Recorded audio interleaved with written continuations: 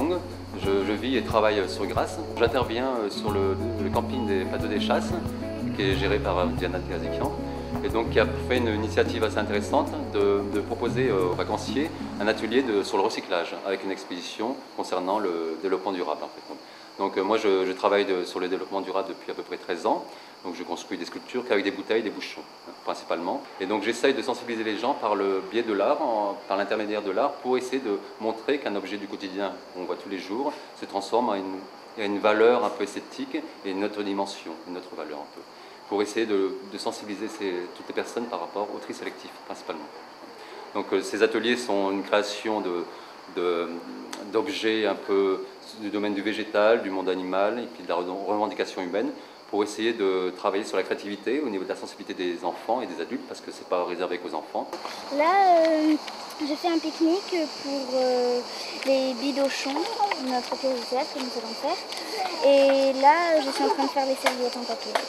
Donc les objets qu'on a fabriqués ce matin avec les enfants sont des animaux, parce que bon, c'est vrai qu'on essaie de créer une forêt un peu idyllique, avec des recyclages, avec des plantes, des arbres et aussi des animaux, parce que les animaux font partie de cette nature qui est très importante pour l'homme en fait. Oui. Donc moi je suis en tant qu'artiste plasticien, j'essaye aussi de les conseiller techniquement, mais aussi de donner un peu une réflexion par rapport aux formes, aux objets, au choix des couleurs. Aussi. Donc je les aide au niveau de certains outils que les enfants ne peuvent pas utiliser, ou souvent ce sont les adultes aussi, les papas et mamans, qui vont aider leurs enfants pour construire leur sculpture. Alors il y a quoi dans l'oiseau?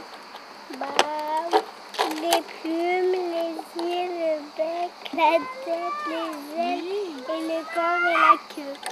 D'accord. Et tout ça, tu l'as fait avec quoi? Des bouteilles et des pots, du carton, des bouchons. Une vache. Bien. Une vache. Une vache avec une bouteille. Et toi? Une vache avec une bouteille de lait. Et qu'est-ce qu'on est en train de faire là? Belle ta vache. Oui, et puis ça c'est le pied de la vache. Le pied de la vache. Ah oui, d'accord. Oui, mais ça elle est belle, hein? Les petits sont plus grands que les Belle vache. Et donc je finis aussi souvent les ateliers en fin de semaine avec un petit spectacle de sensibilisation au tri sélectif.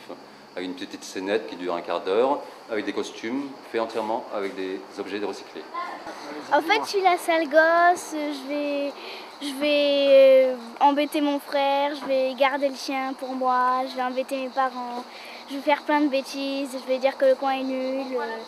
Je vais faire les bêtises d'une sale gosse en fait, parce que je suis la sale gosse. D'accord. Et à la fin de l'histoire? À la fin de l'histoire, j'aurai oublié ma poupée et je vais crier comme une malade.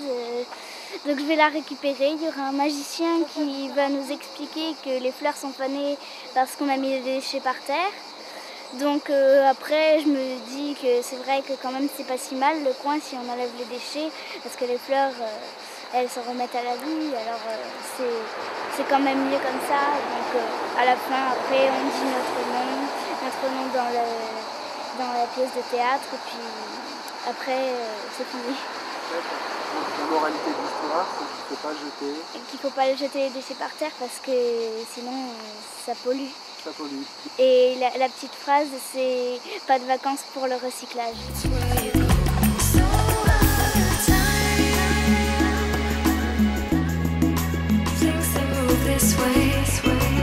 Donc c'est vrai que toutes ces sculptures sont toujours de l'ordre du végétal. Et les rosaces que vous pouvez voir sur le côté, là, sont principalement des cellules aussi, de la création des cellules un peu vivantes qui construisent un peu le feuillage, toutes ces fleurs en fait.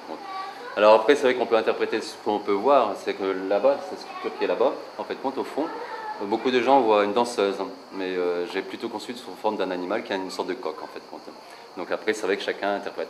C'est vrai que les formes sont pas forcément définies figurativement, mais je laisse aussi aux gens, les spectateurs, de pouvoir aussi inventer son petit monde. En fait. Ouais. Alors cette boule, j'y tiens beaucoup parce que c'est une des premières sculptures que j'ai réalisées, donc elle a 10 ans à peu près d'âge. Donc comme quoi le plastique résiste bien au temps. Et encore, vous savez, pour le plastique, il faut à peu près 500 ans pour que ça puisse se détériorer. Donc ouais. En fait, donc cette boule, c'est l'œuf de jardin. C'est-à-dire que pour moi, je l'intitule l'œuf de jardin. C'est l'œuf qu'on va poser dans le jardin pour éclore un peu ce jardin en plastique. C'est un peu la base en fait, de tout ce concept de jardin en plastique. Voilà. Donc la question, est-ce que la vie se recycle? Alors donc là c'est très visuel, hein, ça se voit très bien, c'est la fontaine en fait, hein, donc l'aimant de l'eau qui est importante pour le jardin, pour pouvoir être alimenté, pour pouvoir pousser en fait. Dans le cadre du développement durable, c'est vrai que mon travail est complètement en rapport direct avec ce problème.